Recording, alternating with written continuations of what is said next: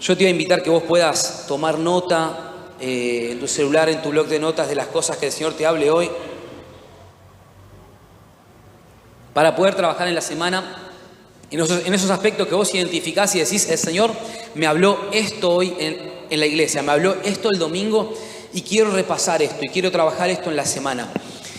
Escándalo es el título de la prédica y lo titulo de esta manera porque Jesús fue motivo de escándalo en su tiempo y en el tiempo que caminó en su paso terrenal. Hoy me desperté con una palabra y la palabra es establecer. Y entiendo que establecer el reino de Dios en una vida, en una familia, en una iglesia, en una ciudad, requiere de decisiones fuertes, firmes y difíciles. Esto traía el Señor a mi corazón en la mañana. Establecer el reino. Establecer el reino requiere de decisiones fuertes, firmes y difíciles. Tal vez crecimos con una idea un tanto más romántica de lo que es Jesús en medio nuestro. Es decir, una idea que no implique mucho de nuestra renuncia, incluso mucho de nuestra fe, incluso mucho de nuestro compromiso para que Jesús se haga lugar entre nosotros, se manifieste, opere su vida. Porque Él es amor. Entonces, de repente hay como una idea romántica de que Jesús hace y Él solo hace todo. Pero en sí, en su paso terrenal, Jesús nos deja ver otra cosa. Nos deja ver que establecer el reino requiere mucho de nosotros también. Amén. Y mucho de lo que requiere son decisiones. Decisiones difíciles. Decisiones firmes. Decisiones fuertes. Hermano, entiendo que este es un año de decisiones fuertes en Casa de Gracia para ir hacia lo que Dios tiene para nosotros. Amén. Y quiero decirte que es un año de decisiones fuertes en tu familia también. El punto en el que estás hoy con tu familia no es el punto donde Dios te quiere en diciembre de este año, si Él no viene antes. Pero para eso hay decisiones que tomar. Así que este Jesús, que es motivo de escándalo, nos deja ver que establecer su reino implicó movimientos que incomodaron un sistema entero. Jesús logró incomodar y poner en amenaza a un sistema entero. Así que voy a decir esto, iglesia. A tiempos difíciles, decisiones difíciles.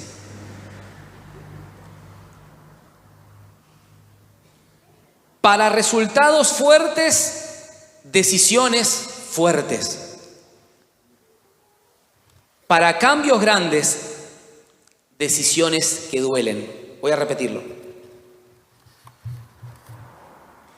A tiempos difíciles, decisiones difíciles. Para resultados fuertes, decisiones fuertes. Para cambios grandes, decisiones que duelen. Cuando comenzamos con la edificación de nuestra casa, ahí adelante, de lo que es la casa de mis padres, en el terreno, en la parte de adelante, me acuerdo que comenzamos con Ángel y con el amigo de Ángel, el negro, que muchos conocen. Y llegó un momento que tuvimos que enfrentarnos a la realidad de hacer los pozos para las zapatas, ¿sí? Y llegamos a un momento que ninguno quería llegar, pero que era muy necesario. No queríamos llegar porque sabemos lo que implica los pozos para la zapata. Teníamos que irnos más o menos 1,40 m, 1,50 m cavando para hacer las zapatas, para hacer las distintas bases. Y bueno, al principio todo bastante llevadero, pero después todo comenzó a costar. Porque ahí te encontrás entonces con la tierra más dura, con la piedra, con el adoquín, con cosas que otra gente dejó tirada o parte de lo que fue el terreno en algún momento. Y después de tanto esfuerzo, gracias Pablo, llegamos a la tierra más blanda, pero ahí llegó la complicación, porque nos encontramos con el problema de nuestra zona, las napas altas. Así que teníamos que llegar a 1,40 m, 1,50 m, pero a los 90 centímetros nos empezamos a encontrar con agua por las napas altas. Y el punto ahí, Ángel, era, bueno, ¿y ahora cómo seguimos?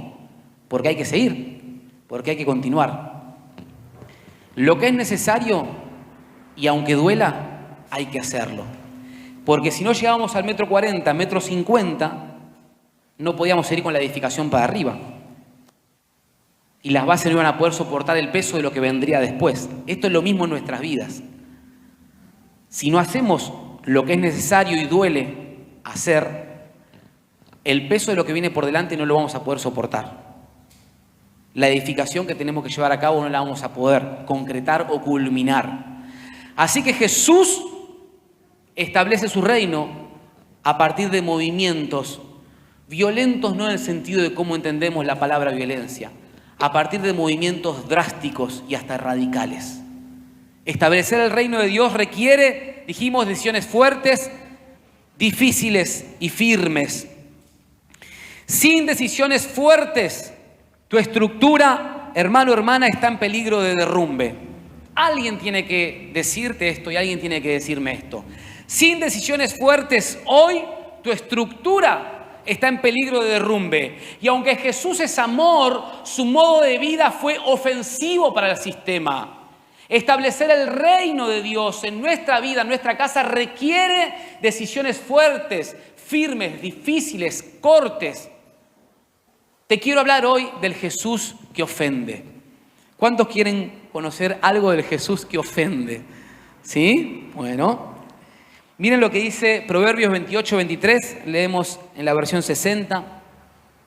Proverbios 28-23.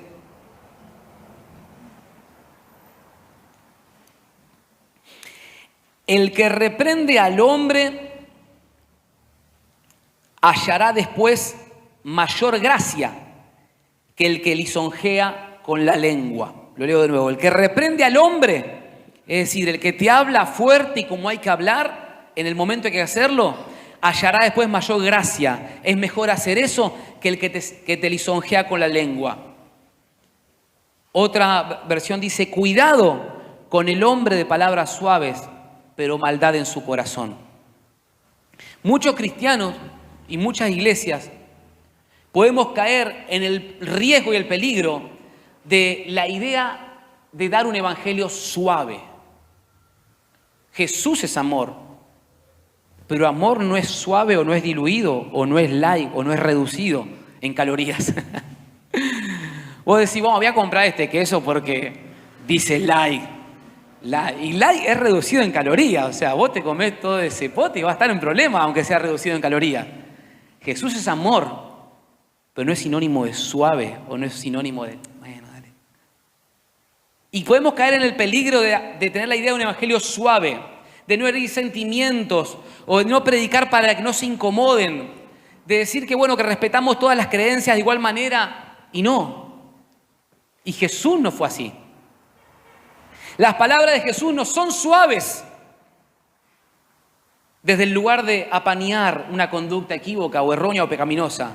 Son verdad que señala lo oscuro de nuestro corazón. Jesús vino, iglesia, y esto es lo que quiero transmitir. Jesús vino con la misión de establecer su reino y reconciliar al mundo con Dios. Para lograr eso, tenía que ser ofensivo en ciertos momentos. Si Jesús quería caerle bien a todo el mundo, no iba a establecer el reino y no iba a reconciliar al mundo con Dios. Si Jesús quería que todos estén contentos con Él, no iba a establecer el reino y no iba a reconciliar al mundo con Dios. Es decir, que su misión iba a ser truncada, no se iba a llevar a cabo. Pero muchas veces que llegó la distracción, que llegó la persecución, que los discípulos quisieron desviar a Jesús, Él dijo, para esto he venido. Mirá, amor, qué importante. Para esto, Jesús tenía claro el para qué. Y no iba a permitir que nada lo desvíe, lo desenfoque del para qué. Y si tenía que decirle algo a alguien, sí lo iba a decir. Si tenía que abrazar, lo iba a abrazar. Pero todo en función de establecer el reino y de reconciliar al mundo con Dios. Amén. Eso iba a implicar estar dispuesto a que la verdad ofenda.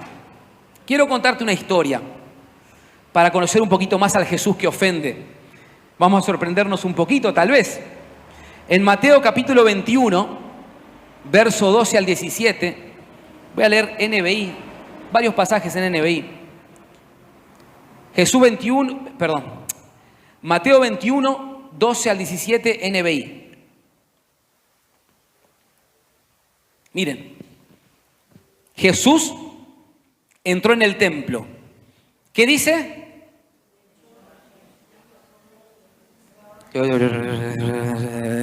Vamos a leerlo todos juntos, ¿les parece? Sí, está bueno, lo leemos todos juntos.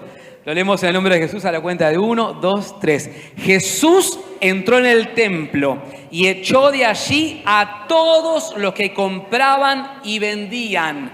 Volcó las mesas de los que cambiaban dinero y los puestos de los que vendían palomas. Escrito está, dijo, mi casa será llamada casa de oración, pero ustedes la han convertido en cueva de ladrones. Seguimos. Se le acercaron en el templo ciegos y cojos y los sanó. Pero cuando los jefes de los sacerdotes y los maestros de la ley vieron que hacía cosas maravillosas y que los niños gritaban en el templo, Hosana al hijo de David, ¿qué pasó? Se indignaron. Juan, el Evangelio Sinóptico, cuenta esta escena, pero agrega que Jesús se hizo un azote de cuerdas. Este es el Jesús que ofende. O sea, Jesús entró al templo con un látigo, totalmente indignado, porque habían hecho del templo un lugar con mesas, con palomas, con bueyes, con ovejas, con monedas, cambistas, para el trueque de animales, para la venta. Habían hecho un mercado de la casa de oración. Y dice la palabra que Jesús entra con un azote de cuerdas y entró a repartir para todos lados y a sacarlos y a volcar sus mesas y a decir, mi casa será llamada casa de oración, pero ustedes la convirtieron en una cueva de ladrones. Tranquilo arrancó la mañana Jesús ese día, ¿no? Sí. ¿Por qué Jesús ofende? ¿Por qué Jesús se comporta de esa manera? Tenemos que, cada vez que nos acercamos a la palabra del Señor, antes de leer la palabra del Señor, decirle Espíritu Santo, iluminá, orar, iluminá mi entendimiento, dame revelación, alumbrá mi entendimiento, dame iluminación sobre lo que voy a leer. Porque miren lo que pasa. Después que Jesús vuelca las mesas y saca a los mercaderes, entraron al templo los ciegos, los paralíticos y los sanó. Y los niños y cantaban alabanzas a Dios. ¿Qué hizo Jesús? Siendo ofensivo, volvió el templo al diseño original. El diseño del templo no era un mercado. Pero para llevar las cosas al diseño original, muchas veces tenemos que tomar decisiones fuertes. Y él se hizo un látigo y volcó las mesas. Siento y creo que es un tiempo donde muchos vamos a tener que volcar mesas. Y a veces hay muchas mesas en nuestro corazón que tenemos que volcar para volver al diseño original. Amén. ¿Es clara la palabra? ¿Por qué Jesús ofende? Porque esas mesas de pecado en el templo, miren qué fuerte esto, iglesia. Porque esas mesas de pecado en el templo estaban impidiendo la sanidad. Porque esas mesas de oscuridad en el templo estaban reteniendo la salvación. Porque lo ilegal estaba apagando la alabanza. Muchas veces no está la sanidad que tiene que estar. Muchas veces no está la salvación que tiene que estar. Muchas veces no está la alabanza que merece el Señor. Porque hay mesas que tienen que ser volcadas. Porque el Señor tiene que acercarse por momentos con el azote de cuerdas y decir, esto no es así. Y después que Jesús intervino, ¿qué pasó? Llegaron los ciegos, los paralíticos, los sanó, llegaron los niños y llenaron de alabanza el templo. ¿Dónde estaban los ciegos en ese momento? ¿Dónde estaban los paralíticos en ese momento? ¿Dónde estaba la alabanza de los niños en ese momento? En cualquier lugar, menos en donde tenían que estar. El templo es para los paralíticos. El templo es para los que no tienen vista. El templo es para que los niños llenen su boca de alabanza. Pero no estaban ahí, porque había mesas que volcar. Gracias, Jesús. Gracias, Espíritu Santo. Señor, danos la gracia, la claridad. Mostranos, alumbrar nuestro entendimiento para saber qué mesas tenemos que volcar en este tiempo, Dios. Miren, Jesús no se presenta en el templo para hablar y decir, perdón, permiso, quisiera saber si hay algún responsable con quien puedo hablar que me permita acomodar un poco las mesitas, tanto lío con las ovejitas, los bueyes, la moneda. No. Jesús se presenta de la manera que lo vimos. No se presenta diciendo, ver si alguien tiene en el amor del Señor la amabilidad de correr un poco las mesitas. No, se hace un látigo. No significa que salgas de acá a tu casa loco a armar un látigo y empieces por el barrio a repartir. No. Significa que establecer el reino implica tomar decisiones fuertes, firmes y difíciles. En una ocasión Jesús vuelve a sus pagos, a Nazaret, al barrio de su infancia, donde fue criado. Y al saber de los milagros que él venía haciendo y que las multitudes lo seguían, los de su barrio no podían creerlo. Decían, no puede ser, no, si este es el hijo del carpintero, si la conocemos a María, que siempre anda por estos lados también, sus hermanos son ellos, no podemos entender lo que seas vos. Vuelve a Nazaret después de muchos años, ya siendo el Jesús que camina por las aguas, ya siendo el Jesús que alimenta a las multitudes y multiplica el pan y los peces, que libera endemoniados y sana enfermos. Y no podían creerlo, no podían creer que él sea el hijo del carpintero, el que esté haciendo todo esto, no lo aceptaban. Y dice Mateo 13, versículos 57 al 58, NBI, Mateo 13, 57 y 58. Y miren qué palabra aparece acá, iglesia, Y se escandalizaban a causa de él. Jesús, motivo de escándalo. Pero Jesús les dijo, en todas partes se honra a un profeta, menos en su tierra y en su propia casa. Y por la falta de fe de ellos, ¿qué pasó? No hizo allí muchos milagros. ¿Cómo comienza el texto bíblico? El 57. Y se escandalizaban a causa de Jesús. Jesús, motivo de escándalo. Escándalo es una palabra, en griego escandalizo, es un instrumento que se usaba en la antigüedad para hacer trampa y que los enemigos al pisar en el escándalo caigan y queden expuestos. Esto es fuerte. Jesús es motivo de escándalo para ellos. ¿Qué te estoy queriendo decir con esto? Que ellos al chocar con Jesús quedaban expuestos de lo que en verdad eran. ¿Qué quedó expuesto en ellos al chocar con Jesús? La falta de fe. Jesús es motivo de escándalo. Jesús es escándalo, porque al chocar con Él queda expuesto como estamos en verdad. Por eso el peligro es querer domesticar a Jesús. Y domesticar a Jesús es no acercarnos tanto, porque sé que si me acerco y toco con Él, toco en el escándalo, voy a quedar expuesto. Las mesas quedan expuestas. Este es el Jesús que ofende a un sistema. Este es el Jesús que es motivo de escándalo. Pero este es el Jesús que es lo mejor que nos puede pasar. Amén. Jesús está caminando en Nazaret y fue motivo de escándalo porque al chocarse con Él quedó expuesta la falta de fe de ellos. Jesús es escándalo porque al hacer contacto con Él se expone lo oscuro de mi corazón. Escándalo es que quede expuesto ante Él lo que soy en este momento, cómo estoy en este momento. Jesús es escándalo por amor. Jesús es escándalo por amor. Jesús va a obrar y golpear la puerta de tu corazón y acercarse, incomodarte por amor, para que quede expuesto cómo estás por amor, para que reconozca y entienda vos, yo y la iglesia que necesitamos de Él. Que necesitamos para ir al diseño original, que necesitamos para que nuestra realidad sea transformada, que necesitamos de Él para que las cosas sean destrabadas. Te voy a mostrar al Jesús que ofende en esta mañana. Jesús fue motivo de escándalo al recibir a una mujer pecadora en una ocasión en la casa de Simón el fariseo.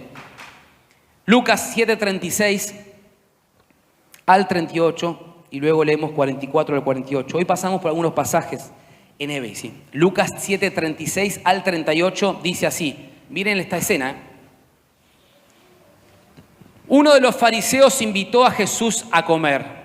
Ya sabés que va a ser una cena tensa esa, ¿no? Un fariseo invitando a Jesús a comer. Ya sabés que no va a ser muy tranqui, no va a ser muy amena la cena. Así que fue a la casa del fariseo. Acepto tu invitación, dijo Jesús. Pero sabés a quién estás llevando, ¿no? Sí. Y se sentó a la mesa. Jesús no se callaba. Ahora bien, vivía en aquel pueblo, una mujer que tenía una fama de pecadora. Algunos comentaristas atribuyen esta expresión pecadora a una mujer que se hizo la fama de pecadora por ser prostituta. Algunos comentaristas, pero la palabra no lo asevera. Cuando ella se enteró que Jesús estaba comiendo en casa del fariseo, se presentó con un frasco de alabastro lleno de perfume.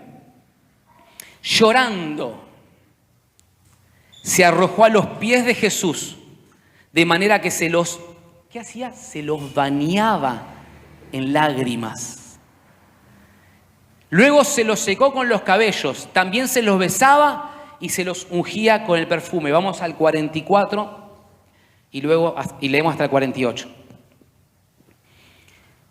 Luego se volvió hacia la mujer, porque Simón el fariseo le dijo, ¿cómo puede ser que reciba a esta mujer? Si es profeta de Dios, no podría estar recibiendo a esta mujer y permitir todo esto. Porque la mujer, estar en contacto con una mujer era estar en contacto con algo indigno en esa cultura, por causa del periodo menstrual de las mujeres. Por el tema de la sangre, eran consideradas indignas. Solamente el hombre podía tener contacto en privado y en intimidad con la mujer por temas muy específicos, pero públicamente era indigno estar en contacto con una mujer. Jesús la recibe. A todo esto el fariseo, ¿cómo puede ser profeta de Dios? Bueno, luego se volvió hacia la mujer y dijo a Simón, escuchen, porque este es el Jesús que ofende por amor. ¿Ves a esta mujer, Simón? Cuando entré en tu casa, no me diste agua para los pies, pero ella ha bañado mis pies en lágrimas y me los ha secado con sus cabellos. Tú, fariseo, no me besaste, me invitaste a tu casa a comer, pusiste un montón de lujo, no me besaste, pero ella, desde que entré, no ha dejado de besarme los pies. Tú, que hiciste toda esta pantomima, no me ungiste la cabeza con aceite, pero ella me ungió los pies con perfume. Por esto te digo, si ella ha amado mucho, es porque sus muchos pecados le han sido perdonados. Pero a quien poco se le perdona, poco ama.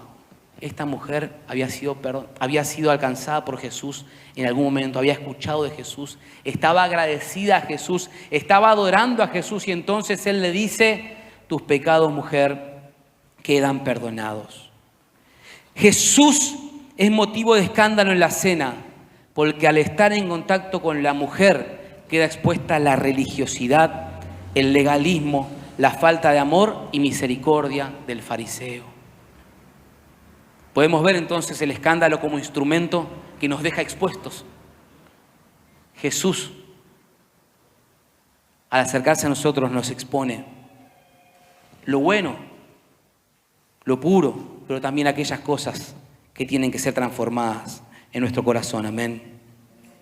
Jesús tiene que volcar nuestras mesas, iglesia, para que lo de Dios haya lugar en nuestro templo. Me parece que esta frase es digna de ser repetida. ¿Ustedes qué dicen? Bueno, si ustedes lo dicen. Jesús tiene que volcar nuestras mesas para que lo de Dios haya lugar en nuestro templo. Solo cuando volcó las mesas, lo del Espíritu Santo halló lugar en el templo. Gracias, Jesús. Gracias, Jesús. ¿Está siendo claro esto hasta acá, iglesia? Jesús motivo de escándalo. Jesús siempre será motivo de escándalo. Su persona no nos deja indiferentes. Su mensaje es una buena noticia, pero antes es espada de dos filos que nos penetra hasta partir el alma y discierne los pensamientos y las intenciones del corazón. Antes de llegar como buena noticia, nos atraviesa hasta partir el alma en dos y mostrarnos cómo estamos. Jesús es motivo de escándalo porque ante Él se expone nuestra verdad, pero también Jesús es motivo de escándalo porque ama como nadie puede amar, con amor eterno. Jesús es motivo de escándalo por ser amigo de pecadores. Muchos recordarán la historia de Zaqueo, el recaudador de impuestos. ¿Cuántos recuerdan la historia de Zaqueo, el recaudador de impuestos? Lucas nos relata en su evangelio que este hombre de mala fama quería ver a este Jesús conocido por muchos. Zaqueo sabía que Jesús estaba a punto de pasar por la ciudad. Me encanta, siempre que vuelvo a hablar de Zaqueo me fascina. Y quería ver a este de quien todos hablaban y de quien las multitudes seguían. Pero ¿por qué Zaqueo quería ver a Jesús? ¿Qué necesidad había en Zaqueo de ver a Jesús? Aunque el pasaje no lo dice, podemos pensar que quizás se enteró de Mateo, otro recaudador de impuestos, que fue alcanzado por Jesús y ahora lo seguía. Es posible que Zaqueo se sintiera insatisfecho, seco, y no importando sus riquezas y placeres que nunca lo llenaban. Es posible que estuviera lleno de complejos e inseguridades, como a muchos nos pasa en la actualidad. Él podía estar siempre buscando algo más que pudiera saciar su sed espiritual, sanar sus complejos, liberar su alma de atadura de años. Zaqueo era un hombre caracterizado por la corrupción. Y escuche, iglesia, conozcamos un poquito más al Jesús que ofende. Jesús está pasando por la ciudad. Zaqueo era bien bajito. En eso no me identifico con él porque lo mío es distinto, ¿no? Zaqueo era bien bajito. Y dice que se subió a un árbol bien alto para ver a Jesús, pero no se quería perder el momento. No quería perderse ante Jesús del que tanto le hablaron y del que tanto escuchó. Y dice la palabra, y acá esto me parte el corazón, porque acá encuentro al Jesús que ama. Acá veo al Jesús que ama. Dice la palabra que pasando por la ciudad, él iba caminando apretujado por una multitud y en un momento dice que el Señor levantó la mirada. ¿Cómo sabía que Zaqueo estaba ahí arriba en medio de los miles que lo apretaban? Y le grita, ¡Zaqueo! Imagínate Zaqueo, para mí estuvo a punto de caer si algo pasó en ese momento. ¡Zaqueo! Date prisa, desciende, porque hoy es necesario que yo me quede en tu casa. Ponete en el lugar de Zaqueo un momento. Yo ya estoy pensando cómo dejé la casa, que voy a cocinar, todo. ¿Cómo? Jesús en mi casa, por Dios. Encima el tipo estaba en la mala, venía haciendo las cosas mal. ¡Zaqueo! Lo miró y le dijo. Y Zaqueo va a preparar en su casa todo para recibir a Jesús esta noche. ¡Wow! ¿Cómo sería todo si en este momento te enterás que Jesús en persona dice, esta noche cenamos juntos? Prepárate algo que pasó. ¡Oh! Ay, cómo está mi corazón. Señor, oro ahora, me arrepiento en nombre de Jesús antes que entres a mi casa. Onda, estar en sintonía. Zaqueo se prepara para la cena, se dispone para la cena. Zaqueo nunca imaginó. Él quería ver a Jesús, pero nunca imaginó que sería Jesús el que iba a querer cenar con él. Con el recaudador de impuestos, con el corrupto. Este es el Jesús que ofende, iglesia. Iglesia, Jesús es muy grande para nuestros frascos.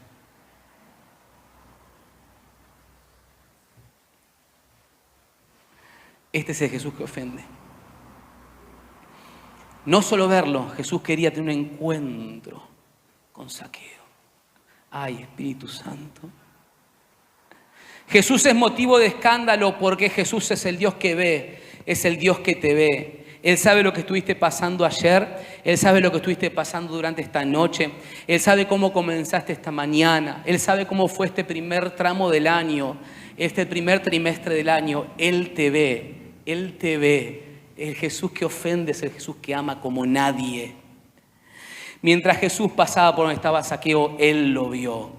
Jesús miró a Zaqueo y lo llamó por su nombre. Sabía que era un pecador, pero aún así Jesús tenía una cita divina con Zaqueo que estuvo escrita desde antes de la fundación del mundo. Yo creo que desde antes de la fundación del mundo estuvo escrito por el Padre que ahí va a haber un árbol en Israel, en ese lugar en donde vivía un hombre llamado Zaqueo. Árbol al cual Zaqueo se iba a subir. Árbol por el cual Jesús iba a pasar. Árbol al cual Jesús levantar la mirada, un hombre al que el Jesús le iba a hablar y con el que iba a cenar a la noche, iba a traer salvación y redención a su vida. Este es el Jesús que ofende, que ama y supera todo lo que podemos hablar, decir acerca de Él.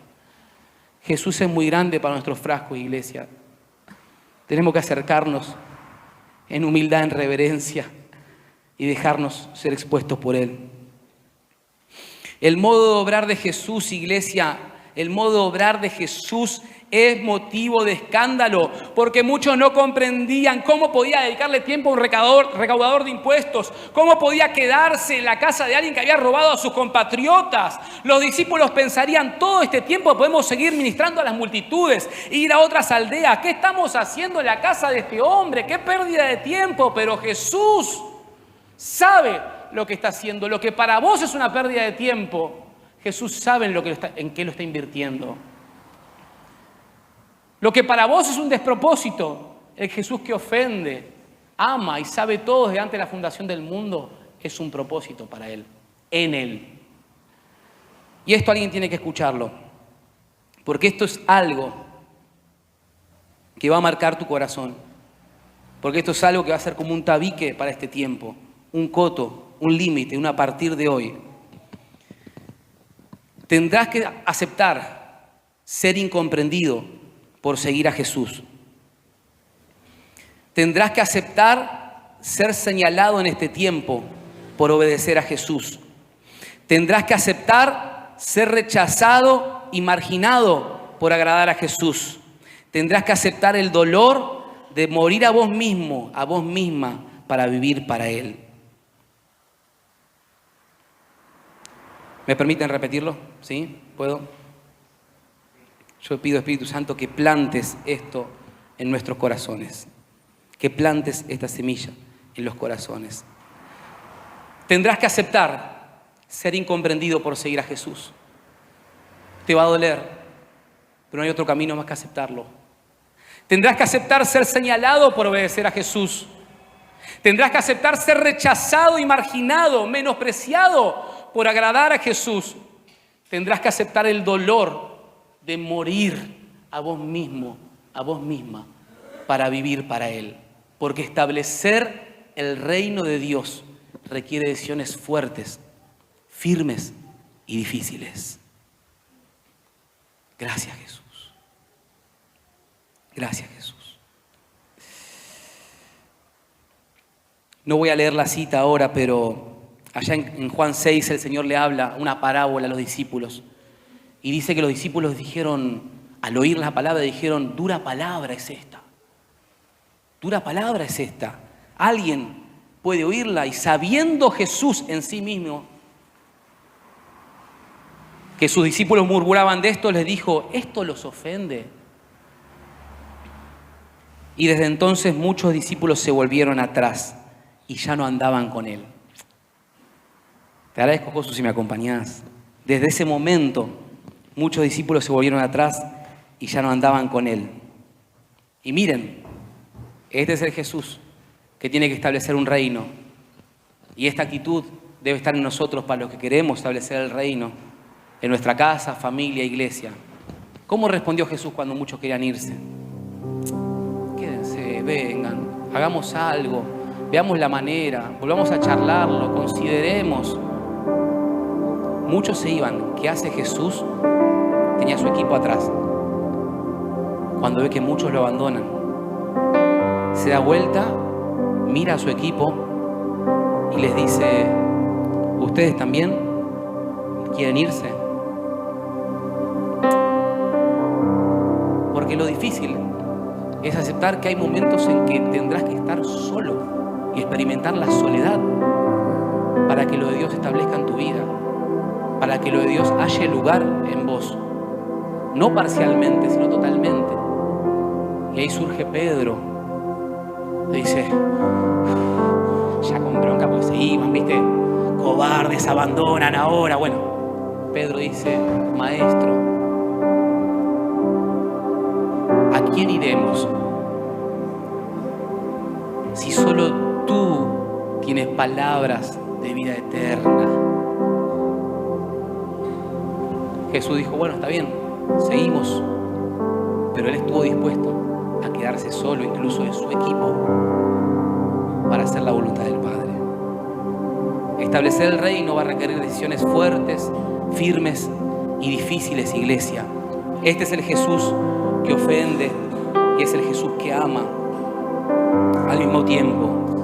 Quiero decirte que si tenés que experimentar soledad, desprecio, marginación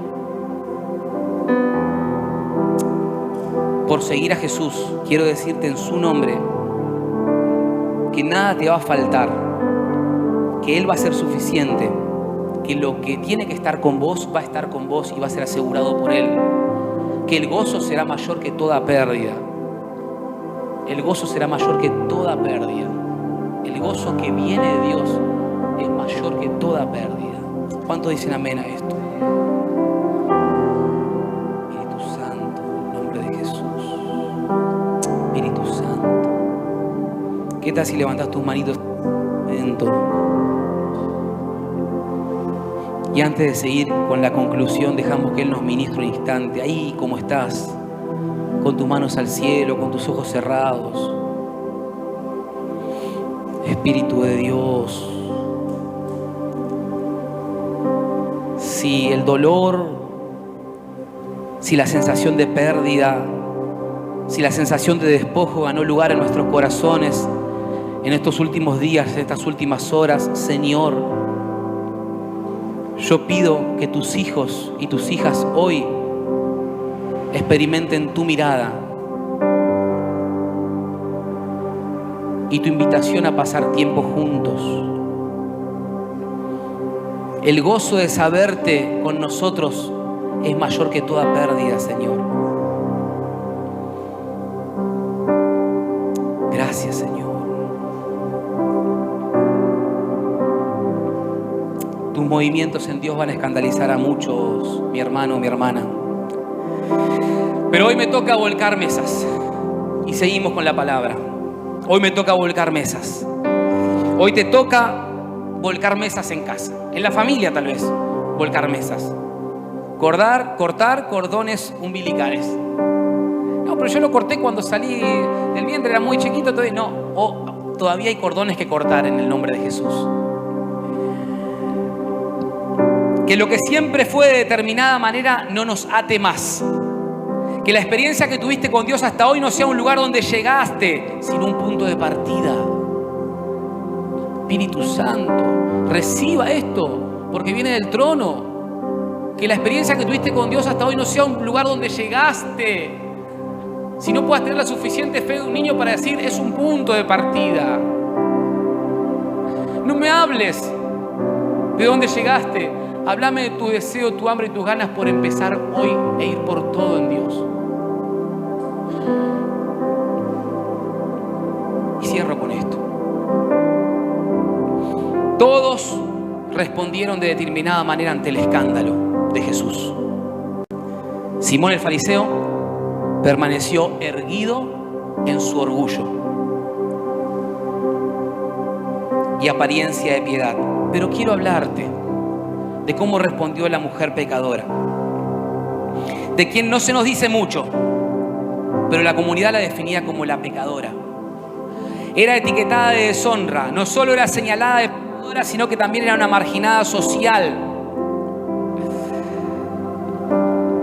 Su respuesta al conocimiento de esta mujer, del fariseo, era la pecadora. Él necesitaba saber, el fariseo tenía que saber y asumir y decir que esta mujer es una pecadora. Su orgullo, su legalismo, su religiosidad lo llevaba a esto. Pero ella quería que Jesús sepa lo que Jesús había hecho por ella. Así que agarró un frasco de alabastro de perfume caro y empuja más allá de la multitud de los socialmente aceptables. La miran fijamente, la cuestionan, la critican, la condenan, murmuran. Ella no los escucha, a ella no le importa. Su mirada está puesta en Él. Su mirada está puesta en Él. La mirada está puesta en ¿quién, iglesia? En Él. Al acercarse a Jesús, que está recostado sobre una mesa, es vencida por la adoración, por la gratitud. Así que en completa entrega y amor ella cae a sus pies, solloza en voz alta e incontrolablemente. Sus lágrimas se derraman como cascadas. Comienza a lavar los pies del maestro. Usa sus lágrimas como agua y su cabello como toalla. Rompe el jarro de alabastro, vierte el perfume, lo más caro que tenía en ese momento, sobre los pies. Los unge en una adoración extravagante, genuina.